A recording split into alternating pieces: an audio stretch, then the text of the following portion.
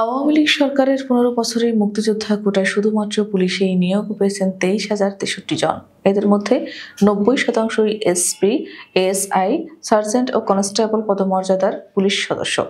এই ১৫ বছরে কোটায় নিয়োগ পাওয়াদের মধ্যে শীর্ষে রয়েছেন প্রাথমিক ও গণশিক্ষা মন্ত্রণালয়।